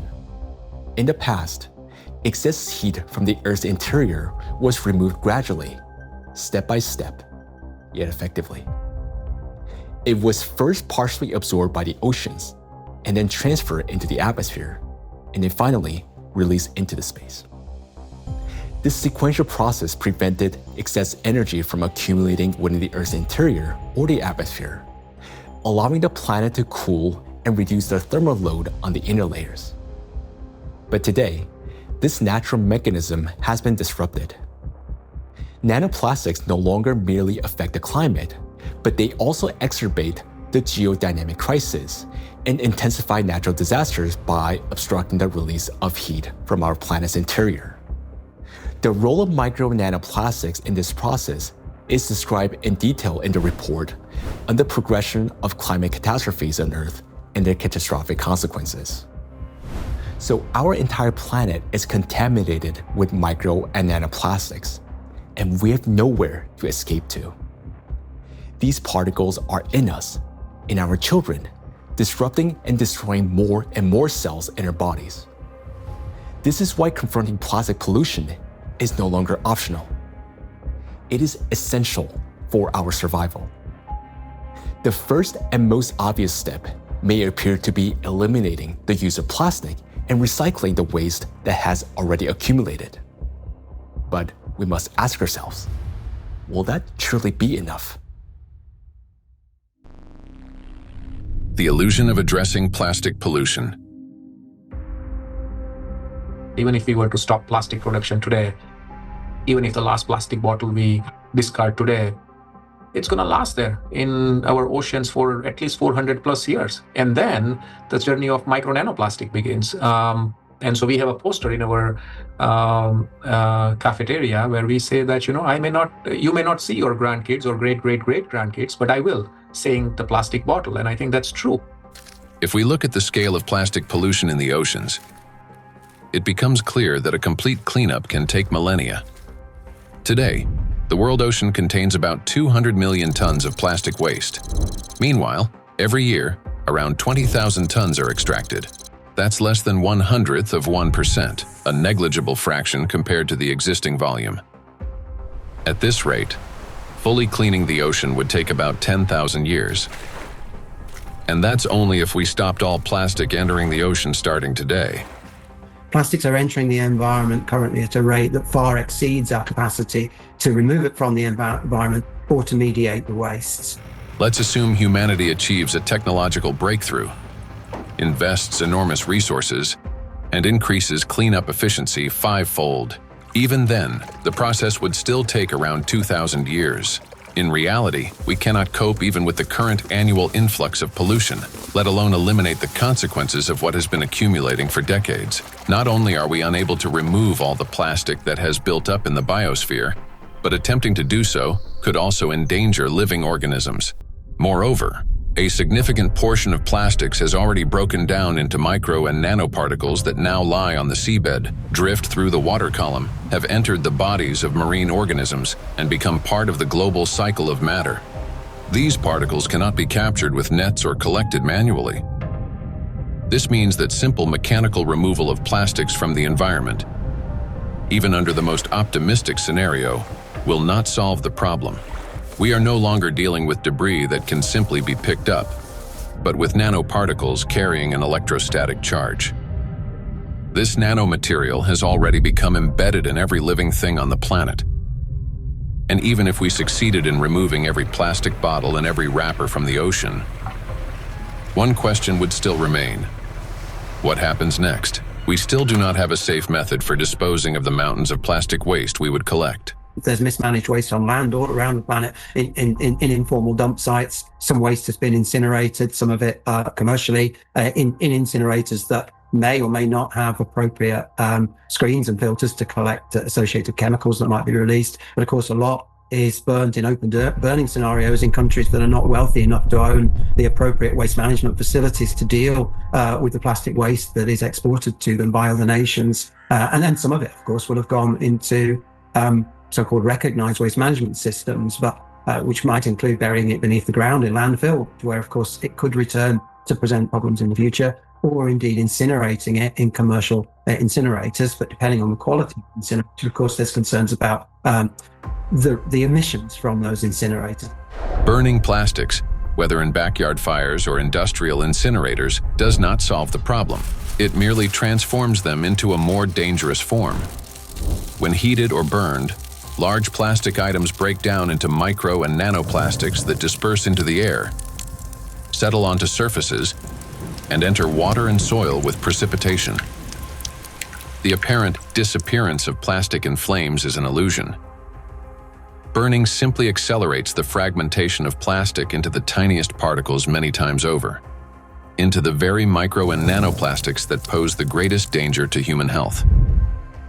And it is precisely these electrostatically charged particles that can penetrate deep into the body, including the brain and other cells, where they trigger a wide range of diseases. And unfortunately, what I see with some of the things that are claimed to be a solution is that they're not necessarily properly tried or tested before they're put into the market, and there may then be potential for unintended consequences. Pyrolysis. At first glance, it looks like a technological miracle. We take plastic waste, heat it to 800 degrees Celsius without oxygen, and obtain fuel, Instead of piles of garbage, we get gas, liquid, and a small carbon residue. Sounds promising, doesn't it? But this technology has a flip side, an invisible and far more dangerous one. During high-temperature decomposition, plastic does not simply disappear. Pyrolysis is accompanied by emissions of dioxins and furans, some of the most toxic substances on the planet. They are carcinogenic, disrupt the endocrine system, and can accumulate in human tissues. They are hazardous even at low concentrations. Even if you manage to obtain 600 liters of liquid fuel from 1 ton of plastics, the price of such fuel is a threat to human health and life. By relying on such disposal methods, we're only accelerating the transformation of plastics into an invisible, yet far more dangerous form. Let me remind you that the amount of micro and nanoplastics present in the ocean alone is already more than enough to destroy our entire biospheres, including the humankind 3 times over. Meanwhile, microplastics continue to disintegrate, generating vast amounts of nanoplastics. Recall Dr. Kenner's example.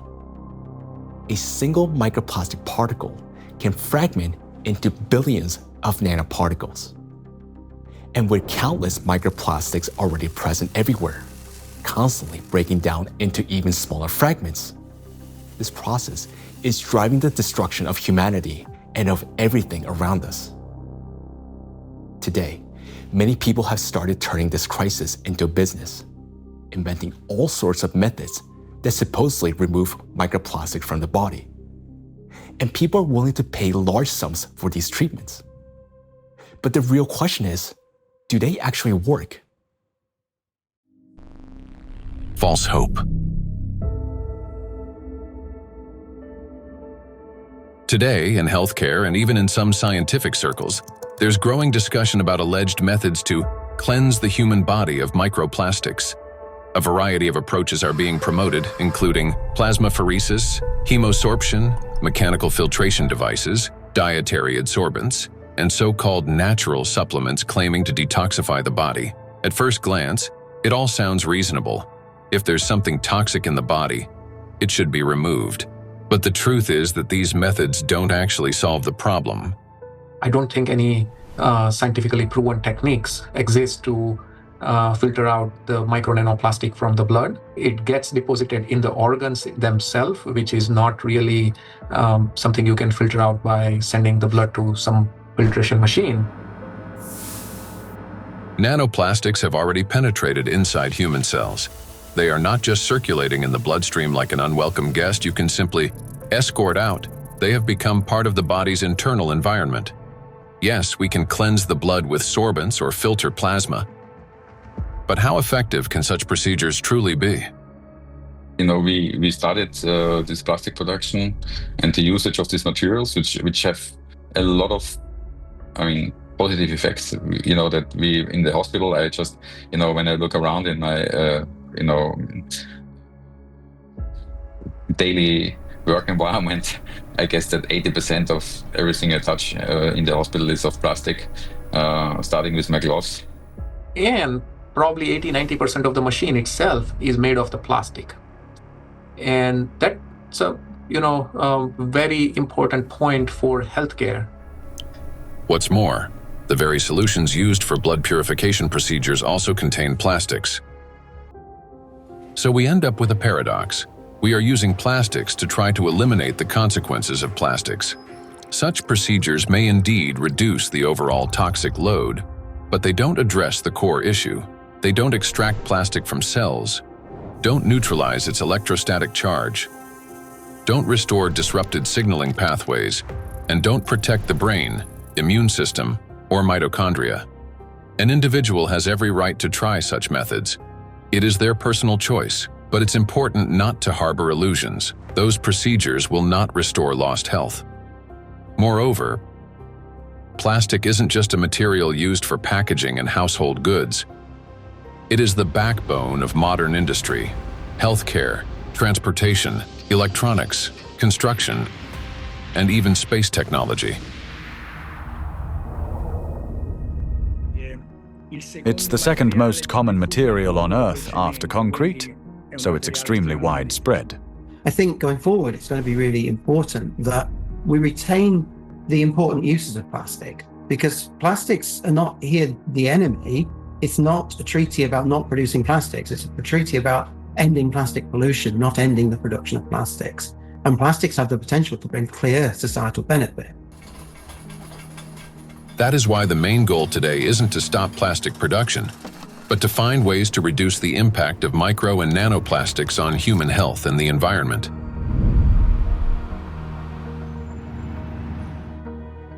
Creating false hope is extremely dangerous. It arises from a misunderstanding of reality and from basic ignorance. We must remember that the most dangerous plastic particles are those small enough to penetrate our cells. And once micro and nanoplastics enter our cells, they cannot be filtered out or removed. They become part of the body and slowly destroy us from within. The most serious problem is that we have no control over how much of this material enters us. Nanoplastics can even penetrate the skin, for example, when we swim in the sea or lie in the sun. And what can we do about nanoplastics that, once inhaled, travel directly to the brain and begin destroying neurons? Nanoplastics are among the most dangerous substances for the biosphere and for all life, including humanity. Yet, abandoning plastics altogether will be senseless because doing so would cause enormous global losses. Synthetic polymers, including plastics, form the backbone of countless modern industries, from medicine and nanotechnology to flexible electronics, neuromorphic hardware for AI, aerospace structures, automotive manufacturing, and construction. Their versatility, ease of shaping and processing, compatibility with other nanomaterials, and scalability have made them the foundation of our modern progress. The solution, therefore, is not to eliminate plastics, but to ensure that they no longer threaten life. And the real path forward begins with understanding precisely what makes nanoplastics so dangerous.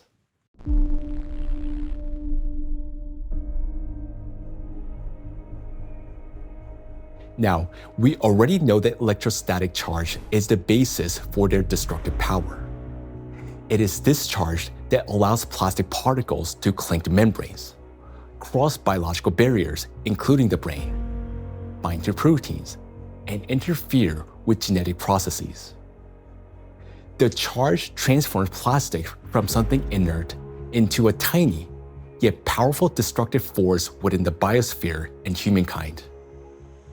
Understanding this, the scientific group of ALLATRA was the first to propose a strategic direction, that is, to deprive nanoplastics of their ability to accumulate and retain electric charge. Note that countless nanoparticles exist around us, yet most do not penetrate or destroy our cells. Only plastics do because of their electret-like behavior. Thus, if we can eliminate this property, then we can turn micro nanoplastics into inert and harmless particles that no longer pose danger to us or to the biosphere.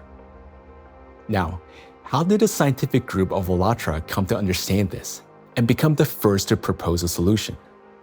The answer goes back many years and to the work of Dr. Igor Danilov, a vertebrologist and researcher who spent many years studying spinal diseases.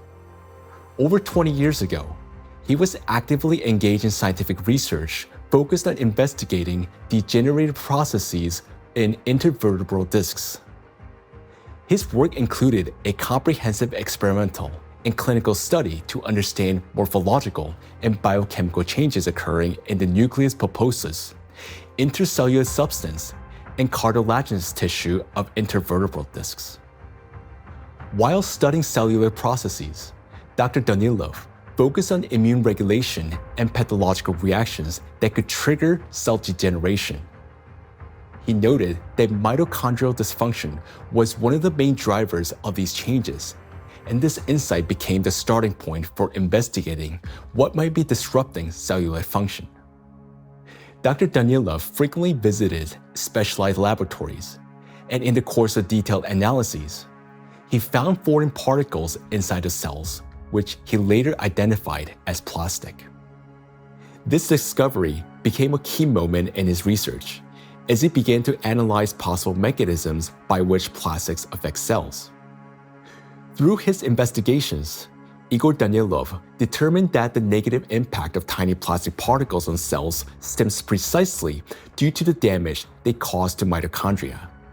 This conclusion was based on observations that cells containing these tiny plastic particles showed clear signs of mitochondrial dysfunction, which in turn exacerbated degenerative processes.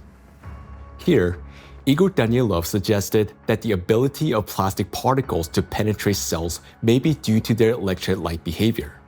That is, the ability to accumulate and retain electrostatic charge, which allows them to form a biological shell around themselves. This property enables the plastic particles to enter cells easily, avoid detection by the immune system, cross protective biological barriers, including the blood-brain barrier, disrupt normal cell function, and provoke degeneration and cell death. On this basis, Igor Danilov proposed that to neutralize these tiny plastic particles, we must deprive them of their ability to accumulate and retain charge. He shared his findings and projections about the harmful effects of tiny plastic particles with his colleagues from various medical fields, including surgeons, oncologists, cytologists, pathologists, and geneticists, as well as with biologists and chemists. Soon after, these specialists confirmed his alarming observation that these plastic particles do accumulate in critical organs in the body, such as the brain, heart, intestines, endocrine, and reproductive organs, where their presence can disrupt organ function and destroy our health. Igor Danilov's predictions were deeply concerning, especially in light of global trends, the rising production of plastics and the growing accumulation of plastic waste in oceans and ecosystems. Thus, more than 20 years ago, the scientific group of ALLATRA realized that micro and nanoplastics pose a serious threat not only to humans, but the entire biosphere. And each year, the number of these particles continues to grow, worsening the situation amid accelerating climate and geodynamic changes on the planet. The implications are far-reaching. If we can eliminate the charge from micro nanoplastics, we will not only eliminate their destructive impact on human health, but also remove the excess energy accumulating in the biosphere, the energy that currently fuels the geodynamic crisis and intensifies natural disasters. Thus, plastic would no longer act as a destabilizing factor, and many planetary threats could be mitigated at once if we can find a way to deprive nanoplastic of their ability to accumulate and retain charge. The question is, how can we achieve this? Well, let's be honest. This task is extremely difficult. It will not be enough to simply figure out how to neutralize the electrolyte behavior of these tiny plastics in a test tube. We must learn how to achieve this for every micro and nanoplastic particles already present in the biosphere, including those inside the human body, and do so without harming people or nature. Given the unprecedented scale of this challenge, solving it will require collaboration among experts across many disciplines: biophysics, nanotechnology, molecular toxicology, material science, and medicine. Plastic pollution is not a narrow environmental issue. It's a systemic global challenge that affects health, safety, natural resources, the stability of our civilization, and life itself. 20 years ago, the scientific group of ALLATRA already recognized the danger of micro and nanoplastics and identified the underlying principle of how they could be neutralized. But to this day, we haven't found a way to achieve it. That is why ALLATRA calls for unification of the world's scientific potential, a message that is unfortunately often misunderstood. Uniting scientists doesn't mean locking them all in one giant laboratory until they find a solution. Rather, it means fostering open international collaboration where experts from different fields freely share knowledge and work together toward a common goal. It's about aligning research methods, promoting open data exchange, developing compatible monitoring tools, and making coordinated policy decisions. The scientific community has already proven that such collaboration is possible when humanity unites around a common goal. Consider the Human Genome Project. Hundreds of institutions across dozens of countries, operating under unified data standards, achieved a breakthrough that transformed the course of science and medicine. In the same way, addressing the plastic crisis will require global cooperation, a collective effort to protect both ourselves and our planet. The ALLATRA International Public Movement actively supports the initiative of Pope Francis, Laudato Si, which seeks to raise the awareness of the importance of protecting our common home, the planet Earth. It is very important to emphasize that Laudato Si is far more than just a call to care for nature. It is a practical and scientifically grounded guide, a roadmap for transforming our world and creating a better world for future generations. The encyclical provides a clear direction toward a sustainable future, uniting ecology, climate justice, and humanity's shared responsibility for protecting our common home.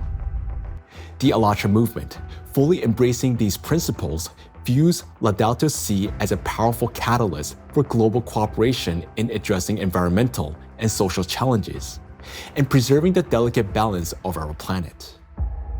Cardinal Peter Turkson, the Chancellor of the Pontifical Academy of Sciences, is widely recognized for his dedicated work in ecology and social justice. Thanks to his educational efforts and tireless advocacy, the encyclical is widely disseminated worldwide as a practical guide for safeguarding our planet. It is a great honor for us to introduce Cardinal Peter Turkson, who will speak about the efforts being made to promote the encyclical Laudato Si and to put its principles into practice. So, question is, how can we get Laudato Si to be widely read? Of course, it's a book that is there. I have presented it at the United Nations. I presented it at UNESCO in Paris. I presented it at Davos World Economic Forum. So I've talked about Laudato Si in several environments. I've also had a chance to present it even in university groups. Ohio State was the first group that wanted to hear about Laudato Si. And since then, I've been in Dayton, I've been in San Diego. And therefore, to get Laudato Si well known, we decided to create what we call Laudato Si Action Platform, which identified, in fact, 7 actors of Laudato Si. So churches means churches, mosques, synagogue, all places of worship, places of studies, basic university type of studies, educational centers, offices and factories. So we identified these 7 groups and say, okay, follow a team for 7 years and see what you get. Okay, all of that was to popularize the content of the encyclical Laudato Si and to encourage and enable people to put it into action or practice. So it's not just something written, but something that's actionable. And 10 years now, okay, this is 2025. Laudato Si was published in 2015. It's difficult to identify or talk about places we still have not heard of it.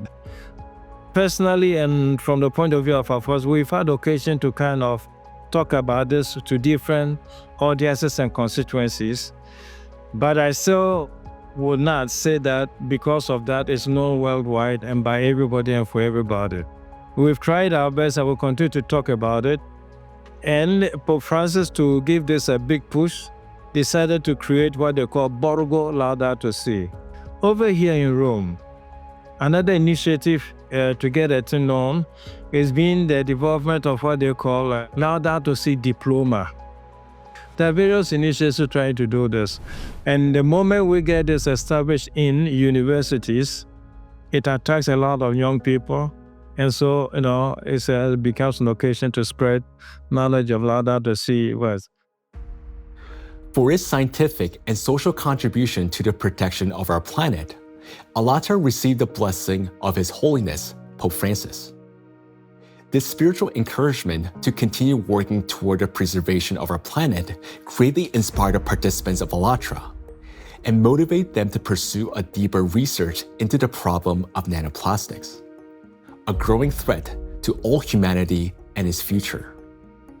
This effort resulted in the publication of the scientific report, Nanoplastic in the Biosphere, for molecular impact to planetary crisis. And this was presented for the first time in May 2025 at the International Conference of the Centesimus Annus Pro Pontifex Foundation in the Vatican by the President of ALLATRA, Marina Ovtsinova. This documentary is based in part on that scientific report. Such fundamental study into the threat of nanoplastics became possible through the international cooperation between the scientific group of ALLATRA and the Bolivian Catholic University, San Pablo. We are a research team from the Bolivian Catholic University, San Pablo in Cochabamba. Our work seeks to understand how micro and nanoplastics circulate through our environmental matrices, how they interact with other pollutants, and what implications this has for human health and the biosphere. As part of the academic cooperation between the Bolivian Catholic University, San Pablo, and ALLATRA, we jointly prepared the report, Nanoplastics in the Biosphere, From Molecular Impact to Planetary Crisis. For the first time, a single document brings together comprehensive data on how micro and nanoplastics spread through the biosphere, enter food chains, and harm human health and ecosystems. The report is the result of an extensive interdisciplinary analysis that encompasses ecological, climatic, medical, physical, and chemical aspects of the harmful impact that micro and nanoplastics exert on the biosphere and human health. The global threats facing humanity require united international action. And today, we have a clear direction. Thanks to the scientific group of ALLATRA, we not only recognize a problem, but understand its underlying physical nature, the electric charge that gives nanoplastics their destructive power. By addressing this cause, that is, by removing that charge and disarming the killer, we can give the biosphere and ourselves a chance to prevail. So we must use the time we still have. And this is not an exaggeration. Our cognitive abilities are rapidly declining, and this is serious. It is a result of nanoplastics accumulating in our brains. You may already notice it in yourself and those close to you. Unless we act, it will only worsen year after year. And now, you will learn why. The age of intellectual extinction. Throughout the 20th century, scientists observed a trend. Since 1932, IQ scores had been steadily rising. This phenomenon became known as the Flynn effect. However, among generations born after the 1970s, the rise in IQ has reversed to a gradual decline. Mandatory IQ tests for military personnel in various countries show a decline in scores since the mid-1990s. According to another study conducted between 2006 and 2018 at Northwestern University, Americans showed a decline in IQ across 3 out of 4 cognitive areas. This decline in average IQ has been termed the reverse Flynn effect. In 2025, the scores of U.S. high school students on major math and reading tests dropped to the lowest levels ever recorded. Their average math score was the worst since the current version of the test was introduced in 2005, while reading scores were the lowest since testing began in 1992. Similar trends have been observed in other countries. The steady decline in IQ continues to this day. intelligence scores are no longer rising. They're slowly, but surely falling. But what lies behind this troubling trend? One important correlation stands out. The decline in average IQ coincides with the exponential rise in plastic production and pollution. Take a look at the graphs. The more plastic, and therefore the more micro and nanoplastics in the environment, the lower the IQ. This shows a clear link between increasing the amount of plastics and declining cognitive abilities. And that is deeply alarming. This isn't just a statistical correlation. As plastic production has skyrocketed, our daily exposure to micro and nanoplastics has risen with it. Charged plastic particles can easily pass through biological barriers, including the blood-brain barrier. Once inside the brain, nanoplastic particles accumulate not only in neurons, but also in glial cells, the very cells that nourish and protect neurons and help form neural connections. There are many more glial cells in the brain than neurons themselves.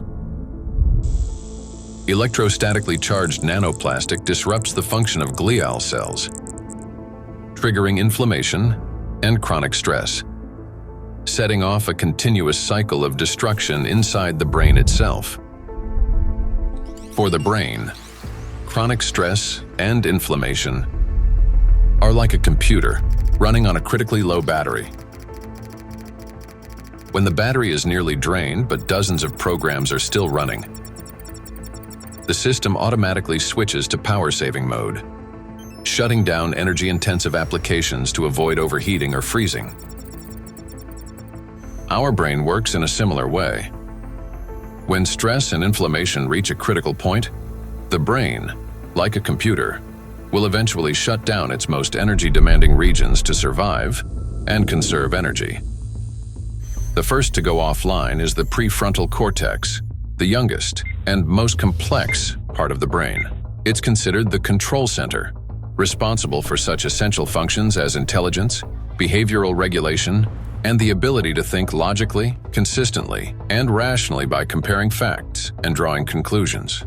The most dangerous part is that the shutdown of the prefrontal cortex happens silently, without our awareness, and we won't even realize it. The brain will switch to its basic survival programs. The ancient rapid response system, the limbic system, takes over. Its key structures, the amygdala and hypothalamus, trigger the fight, flight, or freeze reaction, fast, impulsive, and without time for reflection. These systems will still stay active for a while because the brain identifies them as critical for survival. As a result, rational decision-making gives way to panic. Creativity and intelligence are replaced by degradation and dullness. Empathy fades, replaced by indifference or aggression. Electrostatically charged plastic particles that enter the brain interact with neuronal membranes, activating microglia and continuously fueling oxidative stress and chronic inflammation. Prolonged stress literally reshapes the brain. In the prefrontal cortex, the center of analysis and control, neural connections weaken and disintegrate. Similar changes occur in the hippocampus, the region responsible for memory and learning. Neural connections fade away, and the hippocampus deteriorates. In the amygdala, the centers of fear and anxiety, the opposite happens. Connections strengthen, anxiety and aggression intensify, and panic attacks may develop. The brain reorganizes itself. Instead of thinking and analyzing, it starts operating on instincts. In doing so, it loses the ability to recognize real danger and respond appropriately. This isn't a temporary reaction. It's a fundamental restructuring of the brain. The capacity for learning, cooperation, and rational decision-making declines. This may help explain global trends we see today in society. A decline in average intelligence, a rise in anxiety and depression, an increase in aggression, impulsivity, and issues in social relationships. As the amount of plastic in the environment continues to grow, the reverse Flynn effect will only become more pronounced. people won't just become less intelligent, they won't even realize it. They'll become captives of a reality distorted by their own brains. As a result, humanity will lose the ability to perceive the world, events, and even obvious threats adequately. They'll no longer be able to connect facts logically, and therefore will lose the ability to make sound decisions. That will mark the end of human thinking. Our cognitive decline is already underway. This is not a prediction, but reality. Plastics are making us less intelligent and less capable of responding to crises. They're damaging the regions of the brain that are responsible for memory, attention, problem-solving, and creativity. The very abilities we urgently need to achieve scientific breakthroughs and to find a way to neutralize the threat posed by micro and nanoplastics. And we have very little time left to make the right decisions. Yet, the loss of intelligence is not the worst that awaits us.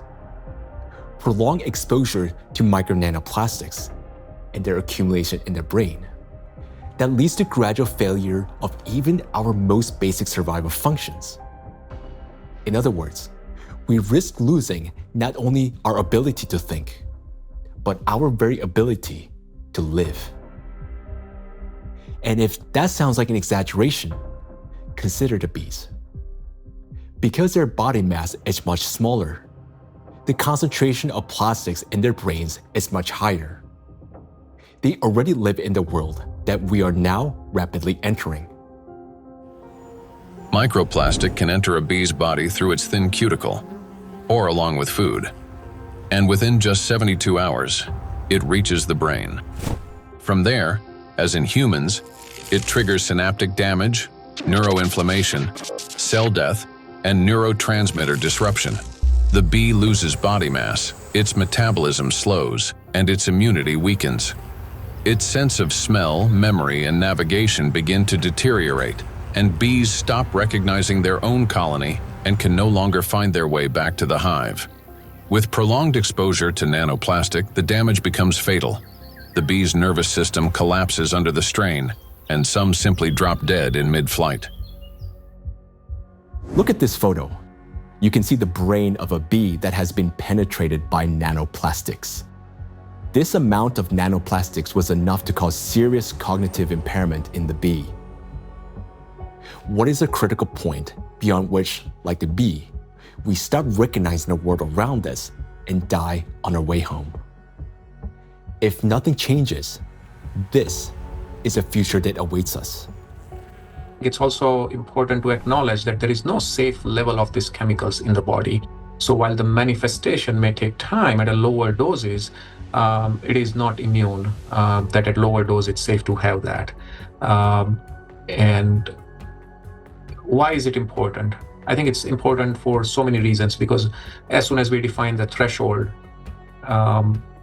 various special interest groups would argue to keep micro nanoplastic concentration below that level, whether it's in soil or in water or whatever that is. And what does that mean? Is that we are allowed to have some degree of micro nanoplastic in our sources, air, soil, water, and so forth. But it's a cumulative impact, we have to remember. It's not a particular threshold at any given point in time in the source of whatever we are consuming, but it's a cumulative impact in our brain. And we don't know that, honestly, because it's the factor of time there is going to be different for bee than for a young child who doesn't have a fully developed brain versus an adult brain. Let us recall that a single nanoplastic particle in the human body is not equivalent to one dead cell. After destroying one, the same particle does not stop. It continues traveling through the body, killing one cell after another. So even the tiniest amounts of nanoplastics will damage the brain. And that's why there's no such thing as a safe concentration. And there will never be. The only difference lies in the rate of destruction. That is, the more nanoplastics there are, the faster the process. These plastic particles destroy the biosphere and the cells within our bodies. They damage organelles and biomolecules, including mitochondria and DNA, leading to reduced energy production, genetic mutation, the breakdown of neural connections, and the disruption of brain signals that regulate our organs and vital functions. All of this happens imperceptibly as we go about our daily lives. Yet, inside the brain, a silent systemic destruction is already underway. The question is, will we as humanity recognize the full scale of this threat in time and find a way to strip micro and nanoplastics of their ability to accumulate and retain electric charge? A threat that must not be ignored. The more I've learned about nanoplastics and how widespread they are and their harmful biologic effects, the more I am really, really concerned about just exactly what's going on, how much it's going to affect now us and future generations, and it's very sobering. But I think it's very important that people need to understand that it's maybe not a big, plastic part which is out there somewhere, but it's the breakdown of those particles, even smaller, of these products, in all the time smaller particles, which is then the big danger for us, and that is, I think, something which needs to go into the head of people, because then and in their minds, so they understand that this is might be an avalanche which comes down the road, but it will come, or might come, if we don't do anything about it. So that's my point here. So we can't just leave it like that, The most frightening aspect is that nanoplastics interfere with the most fundamental processes of life. Their electrostatic charge breaks bonds, distorts bioelectric signals, and destroys the harmony that exists between cells and entire organisms. It also disrupts the impulse of life, the signal that links a bee to a flower, a tree to the forest, a neuron to the brain. It silences rhythms that have resonated in unison for centuries. This is a threat that cannot wait. It must be confronted now. It is a matter of survival. We can do as much, research, and scientific community does whatever it does, but until this alarm goes to the public, nothing will change, right? It's not a science problem anymore. Science has clearly shown what it wanted to show. Maybe there will be 10 more studies in the next few years, right? And then what, right? Until we change, and this change is based on the public opinion. I want to leave something which is, our legacy should be habitable by our future generations. And that's the pure purpose we all have in common. If we can connect to our own health, I think that is way more powerful and more appealing for all of us to collectively act on this together. I think that's a very important point. And I think at a societal level, we all have to incorporate the other dimension beyond, in our balance sheets, beyond the dollars and pounds and euros and rupees, right, is the health, the impact on the health. And I think that has to be a part of the balance sheet, because what are we making money for if we can't survive or have a good quality of life? Then everything else is worthless for us and for the future generations. I think maybe a reason why I do that, to just show by example that we need to do that. It's my big, hope that I can contribute to a solution, and also to people thinking about it, talking about it, and acting accordingly to make this world a better place, and not just always a worse place for the future, especially for the next generations, and for my son, and for families, and of course all over the world to take care. For too long, we have lived under the comforting illusion that there's still time, that humanity will always have a chance to recognize, understand, and respond.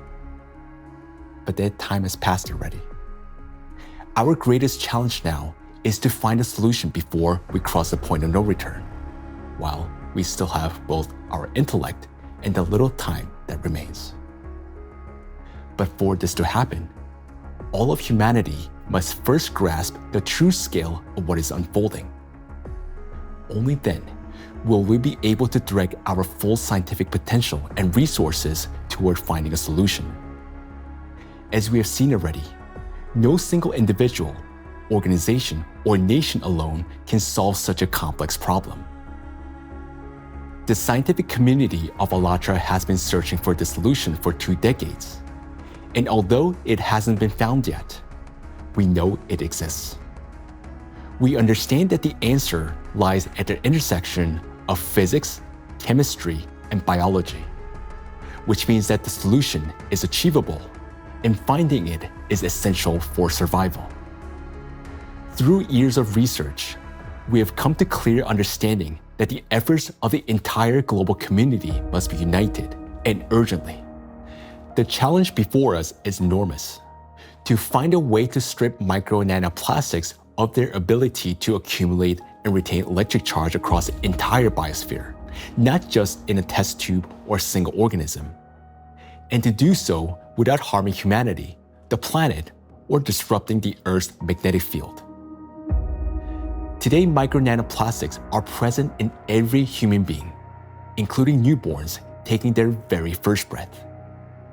In fact, unborn children developing in the womb are already exposed to these tiny particles, and even human eggs and semen are now contaminated and impacted by nanoplastics.